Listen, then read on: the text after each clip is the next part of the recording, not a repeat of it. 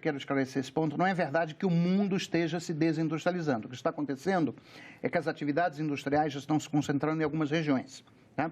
A atividade industrial de altíssima tecnologia está se concentrando naquilo que a gente pode chamar de área viking da Europa. Tá? A área viking da Europa, então, ela é o norte da Europa. Alemanha, Holanda, Dinamarca, Suécia, Noruega, Finlândia, são países que até tinham se desindustrializado nos anos 70, mas voltaram a se reindustrializar. Com uma indústria bem de altíssima tecnologia. Tá? A Alemanha é hoje o maior exportador de produtos manufaturados do mundo. Não é a China, é a Alemanha. Tá? E a segunda região que está concentrando a atividade industrial é o sudeste da Ásia. Então você tem China, Coreia, Japão, né? Indonésia, Malásia em menor grau, mas são essas regiões que estão concentrando a atividade industrial. A indústria está saindo da América Latina, ou seja, ela está perdendo espaço na América Latina. Bom, a pergunta é, por que ela está perdendo espaço? Isso, né? Por quê? Bom, existe uma razão estrutural. A América Latina, ao contrário do Sudeste Asiático e do Norte da Europa, ela é muito rica em recursos naturais, tá? Seja minério de ferro, como é o caso do Brasil, seja em terra e sol, que permite... E água, né? E água, que permite você ter cultivo de soja em larguíssima escala, trigo, produção de vinho, enfim. Isso gera, então, esses países, eles são extremamente competitivos na produção agrícola. Como eles são extremamente competitivos na produção agrícola, os mercados financeiros internacionais criaram uma convenção de que a cotação da moeda desses países, né, o valor da moeda desses países, está muito atrelado com o preço das commodities no mercado internacional. Como todo o Sudeste Asiático, que tem 3 bilhões, 4 bilhões de pessoas, está passando por um processo de urbanização muito rápido, eles estão demandando alimentos e minério de ferro em larguíssima escala.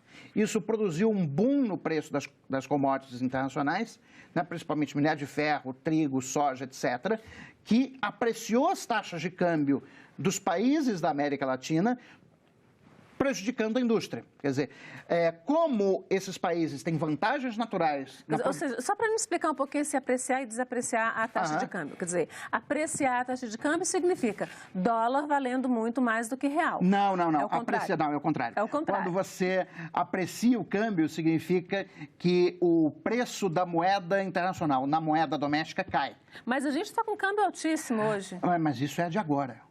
Isso é um fenômeno dos últimos 2, 3 anos. Eu estou falando do que aconteceu dos anos 2000 até 2012, 2013, tá? Que é o que explica a situação da indústria hoje. Tá?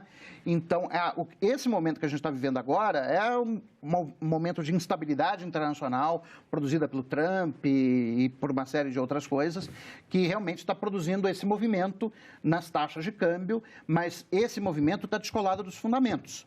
Quer dizer, quando a gente olha para os fundamentos das economias da América Latina, são economias muito ricas em recursos naturais e que, portanto, elas têm subjacente a elas uma tendência de apreciação da taxa de câmbio que acaba prejudicando a indústria. É isso que a gente chama de doença holandesa.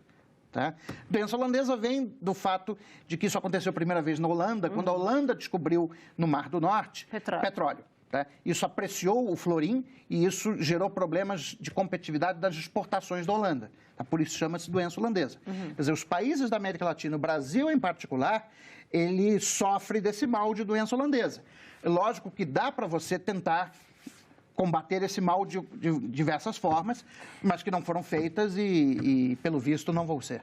Professor, vamos ver rapidinho, então, o quadro atual para a gente ver como é que sai, como é que sai desse buraco aí, se vai ter um novo processo de industrialização no Brasil, se a indústria vai avançar. A gente tem aí um mapa que a gente montou a partir também de dados, alguns dados fornecidos pela Fiesp, outros do IBGE, que mostra, é o quadro, é o Brasil aí recente, né, de 2007 a 2017, né? Um PIB até 2014 que tinha um crescimento, né? 3,5% no período, isso aí é o crescimento do período. Consumo das famílias aumentou, o consumo do governo foi ali razoável e uma formação bruta de capital fixo, que é o que as empresas, que as indústrias estão investindo. De 2015, ou seja, nos 2 últimos anos, uma queda em tudo, mas uma queda brutal da formação bruta de capital fixo, ou seja, as indústrias pararam de investir. Por quê? Na verdade, nesse dado de formação bruta de capital fixo, a gente tem um certo cuidado, porque 50% dele é investimento em construção civil, tá? É basicamente residências, ok? Então, você teve um boom imobiliário no Brasil no final da década passada, tá? Todo mundo lembra, o preço dos imóveis disparou, aí estava se construindo edifícios à torta direita. Então, isso explica boa parte daquele crescimento ali de 5,9% da formação bruta de capital fixo no período 2007 2014. E também a queda agora, no período 2015 2017, também é a contração do investimento em construção civil. Agora, de fato, as indústrias não estão investindo. Agora, elas não estão investindo já faz muito tempo. Quer dizer, quando a gente olha para o crescimento do estoque de capital físico, né, entre 1950 e 1980, o estoque de capital, máquinas, equipamentos e instalações, crescia no Brasil a 10% ao ano. Tá? A partir de 1980, se a gente pegar a média 2012, que são os últimos dados que eu tenho, essa taxa se reduz para menos de 3%. Ok, professor, o setor industrial brasileiro vai virar o quê, então? Um bando de galpão vazio, que nem a gente vê aqueles grandes galpões de produção de açúcar no Nordeste, de fazendas de café. O que vai virar a indústria brasileira? Na verdade, uma grande importadora, que é o que ela está virando. Na verdade, boa parte dos bens de consumo que nós compramos, na verdade, são produzidos no exterior e embalados no Brasil. É isso que nós estamos virando. Né? Mas dá para ser diferente? Dá para ser diferente, mas você tem que remontar, né, uma estratégia de desenvolvimento que eu, sinceramente, não estou vendo ninguém discutir. Tá? Então, assim, eu estou muito pessimista, eu tenho 47 anos, eu nasci em 1971, ainda era um milagre econômico, quer dizer, quando o Brasil crescia 14% ao ano. Tá? Eu fico vendo, olhando os meus alunos, né, agora na faixa de 20, 21 anos, o país que eles vão herdar. Qual é?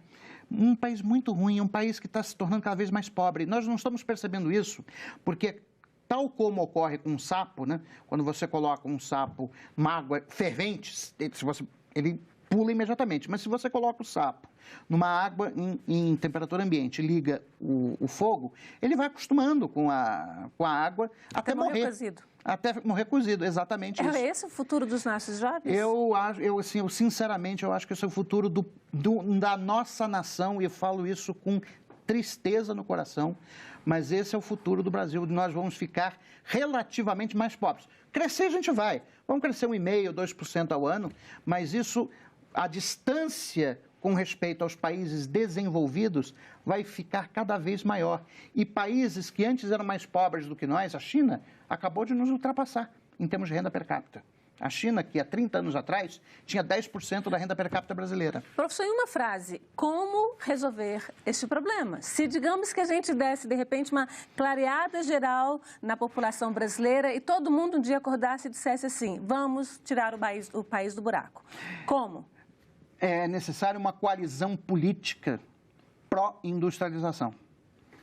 Enquanto não houver uma coalizão política pró-industrialização que envolva trabalhadores, empresários do setor industrial e governo, nós não vamos mudar o modelo de desenvolvimento do Brasil, e se não mudarmos o modelo de desenvolvimento do Brasil, o nosso futuro é triste.